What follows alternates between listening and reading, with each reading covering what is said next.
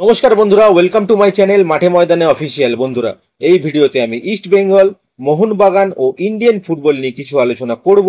তোমরা যারা যারা আমার ভিডিওটা দেখছো, আমার চ্যানেলটা প্লিজ সাবস্ক্রাইব করে নাও ইন্ডিয়ান ফুটবলের এরকমই আরো আপডেট পেতে।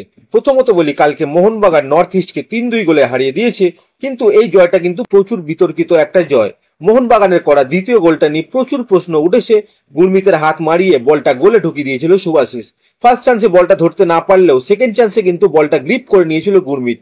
সেখান থেকে হাতের ওপর পা দিয়ে মারিয়ে কিন্তু বলটা গোলে ঢুকিয়ে দেয় সুভাশিস।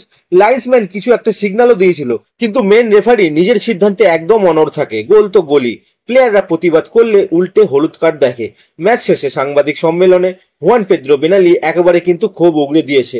তিনি বলেন, গুরমিতের হাত কেটে রক্তাক্ত হয়ে গেছে। ভারতে যতদিন না ভিএআর আসছে ততদিন কিন্তু রেফারিরা ভারতীয় ফুটবলকে একেবারে শেষ করে দেবে। সো কল্ড বড় টিমগুলো অ্যাডভান্টেজ পাবে এবং 50-50 ম্যাচগুলো বের করে নিয়ে চলে যাবে, সে যে টিমই হোক না কেন। এটা আগাগোড়া হয়ে এসেছে, এখনো হচ্ছে। যাই হোক, এটা নিয়ে কিন্তু প্রচুর বিতর্ক হচ্ছে এবং আইএসএল এর নিরপেক্ষতা সম্পর্কে সবার মনে একটা প্রশ্ন চলে এসেছে এবং ভয়ও ধরে গেছে। যেভাবে কালকে নির্লজ্জ রেফারিং হয়েছে, অনেকে অনেক কথাই বলছে। আপনাদের কি মতামত আপনারা কমেন্টে কিন্তু জানান। এরপর যদি আমরা একটু ইস্ট বেঙ্গলকে নিয়ে কথা বলি, তো 25শে সেপ্টেম্বর অর্থাৎ কালকে যে ডায়মন্ড হারবার আর ইস্ট বেঙ্গলের সুপার সিক্সের যে ম্যাচটা হওয়ার কথা ছিল সেটা বাতিল করা হয়েছে। আসলে এখন বাংলার দল হিসেবে তৃতীয় ডিভিশনের আই লিগ ফাইনাল রাউন্ডে খেলছে ডায়মন্ড হারবার এফসি, যার ফলে সিএফএল খেলা নিয়ে কিন্তু একটু জটিলতা দেখা দিয়েছে। তাই তারা আইএফএ কে চিঠি দেয় যাতে তাদের সুপার সিক্সের খেলাগুলো যেন একটু পিছিয়ে দেওয়া হয়। সেই অনুযায়ী ডায়মন্ড হারবার আর ইস্ট বেঙ্গলের ম্যাচটা বাতিল করে দেওয়া হলো। ইস্ট বেঙ্গলের শেষ ম্যাচ রয়েছে ভবানীপুরের সাথে 29 তারিখ।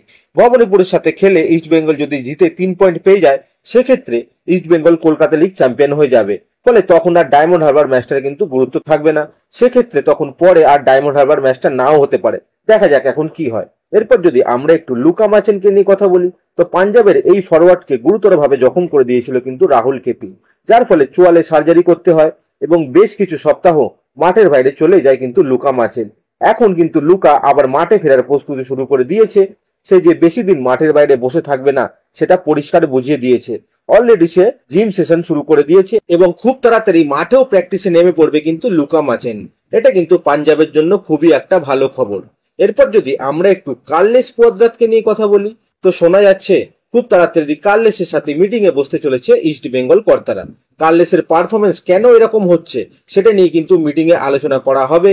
ইমামি কর্তারা কার্লেসের ওপর ভরসা রাখতে চাইলেও কিন্তু ইস্ট বেঙ্গল ক্লাব কার্লেসের কাছ থেকে বেশ কিছু প্রশ্নের উত্তর চায়।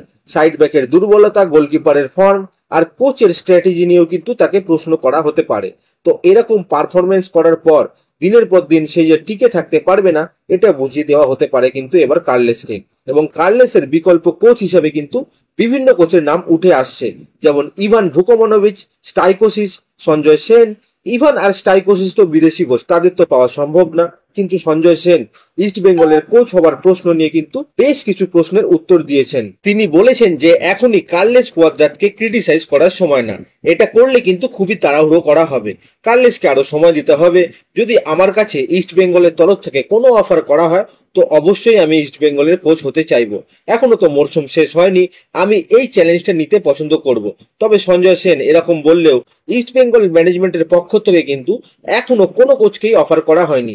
ইমামি কিন্তু এখনো সেই কার্লেসের ওপরই ভরসা রাখতে চাইছেন। এরপরে যদি আমরা একটু 27 তারিখ ইস্ট বেঙ্গল আর গোয়ার সল্টলেকে যে ম্যাচটা রয়েছে সেই ম্যাচের টিকিট নিয়ে একটু কথা বলি, তো ম্যাচের টিকিট কিন্তু অলরেডি ছেড়ে দেওয়া হয়েছে। কালকে আমি দেখছিলাম বুক মাই শোতে কিন্তু প্রচুর টিকিট অ্যাভেলেবেল রয়েছে, খালি ভিভিআইপি টিকিটটা ফার্স্ট ফিলিং হচ্ছে। তো বুক মাই শো থেকে তোমরা টিকিট কাটতে পারবে। 50 টাকা থেকে টিকিটের মূল্য শুরু হয়েছে। 50 টাকার টিকিটটা কিন্তু C1 রাইট আর C1 লেফটের টিকিট, মানে একদম লোয়ার টিয়ারের টিকিট। 100 টাকারও টিকিট আছে। 100 টাকার টিকিটটা কিন্তু D2 স্ট্যান্ডার্ড টিকিট, এটা মিডিল টিয়ার পড়বে। এবং 150 টাকার টিকিটটা C3 রাইট আর C3 লেফটের টিকিট, এটা কিন্তু একদম আপার টিয়ারের টিকিট, মানে কিন্তু একদম 3 তলা। 200 টাকারও টিকিট আছে। 200 টাকার টিকিটটা হচ্ছে B2 standard ticket, B2 middle টিয়ার, এবং এটা পড়বে সম্ভবত 2 নম্বর গেট। তো 2 নম্বর গেটের মিডিল টিয়ার হচ্ছে B2 স্ট্যান্ড, তো সেটা হচ্ছে 200 টাকার টিকিট। এরপর রয়েছে 250 টাকার টিকিট। 250 টাকার টিকিটটা হচ্ছে C2 রাইট আর C2 লেফটের টিকিট। এটা কিন্তু মিডিল টিয়ার পড়বে, এটা কিন্তু খুব ভালো টিকিট। এরপরে রয়েছে 500 টাকার টিকিট। 500 টাকার টিকিটটা হচ্ছে ভিআইপি রাইট আর ভিআইপি লেফটের টিকিট। এরপরে রয়েছে ভিভিআইপি টিকিট, যেটার দাম প্রায় 999 টাকা।